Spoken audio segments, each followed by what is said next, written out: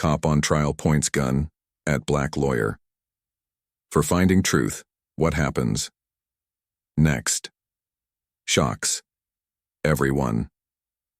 The courtroom was silent, the kind of silence that presses down on your chest and steals your breath. The judge had just banged his gavel, calling the trial into session. But no one was prepared for what happened next. A police officer, his hand trembling, sweat beading on his forehead, suddenly drew his gun and pointed it straight at the defense attorney. The man standing there was Marcus Jennings, a black lawyer known not just for his sharp mind but for his relentless pursuit of justice.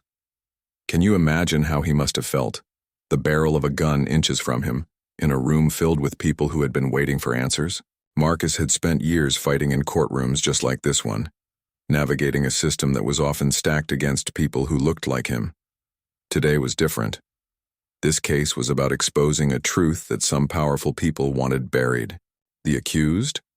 A police officer named James Miller, charged with misconduct and abuse of power.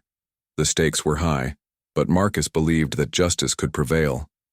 Yet, when Miller pulled that gun, the courtroom's fragile peace shattered. The judge shouted for calm, officers rushed forward, and Marcus held his ground. But this moment wasn't just about fear or anger, it was about something far deeper. Marcus's calmness in that moment wasn't born of bravado, it came from a place of hope and unwavering faith and kindness, even when confronted by darkness. To understand how we got here, let's rewind. Marcus had taken the case because he believed in the principle that no one, not even a police officer, is above the law. The evidence was mounting. Body cam footage, witness testimonies, inconsistencies in Miller's report. But it was more than just legal proof. It was about shining a light on a system that had too often ignored the voices of the marginalized. Marcus knew the personal cost. He had faced intimidation before, subtle threats that whispered of consequences. But this trial was different. It was a chance to break a cycle. On the morning of the trial, Marcus arrived early. The courthouse smelled of old wood and polished stone, a place that felt cold but carried the weight of many battles fought for justice. As he prepared his notes, a janitor named Ruth stopped by. She was an elderly woman who worked quietly behind the scenes but always made time to share a kind word. "You've got this, Marcus," she said softly. Truth has a way of shining through. Her kindness struck a chord with Marcus. In a world where he often felt isolated, Ruth's simple encouragement reminded him he wasn't alone. That day, he carried her words like armor. As the trial progressed, tension thickened. Miller's defense tried to discredit witnesses, casting doubt with sneers and accusations. But Marcus stayed composed, presenting evidence with clarity and passion. Then came the turning point. A witness came forward with a recording revealing Miller's misconduct in unmistakable detail. The courtroom erupted in whispers, but Miller's reaction was one of rage and fear. It was shortly after that when Miller's grip on control slipped entirely. Frustration and desperation overwhelmed him. He pulled out his gun, aimed it at Marcus, and threatened the courtroom's fragile balance. But here's where the story takes a remarkable turn. Instead of reacting with violence or panic, Marcus spoke calmly, even kindly. "Officer Miller, please lower your weapon," he said, his voice steady but gentle. "We all want the truth.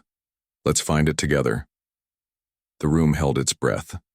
Miller's hand shook, his eyes darting wildly. Then, something unexpected happened.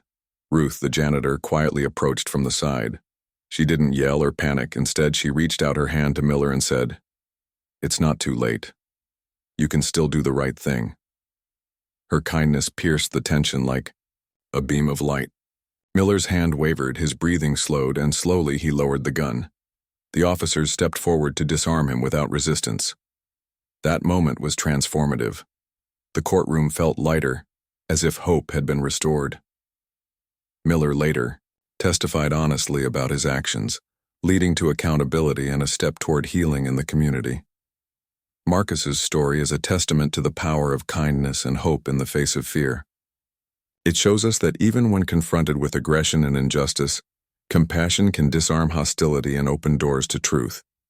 If this story touched your heart, imagine what small acts of kindness you can bring to your own community. Share your stories in the comments below, because every act of hope matters. Don't forget to like, subscribe, and hit the notification bell so you won't miss our next inspiring story about courage and compassion that will move you deeply.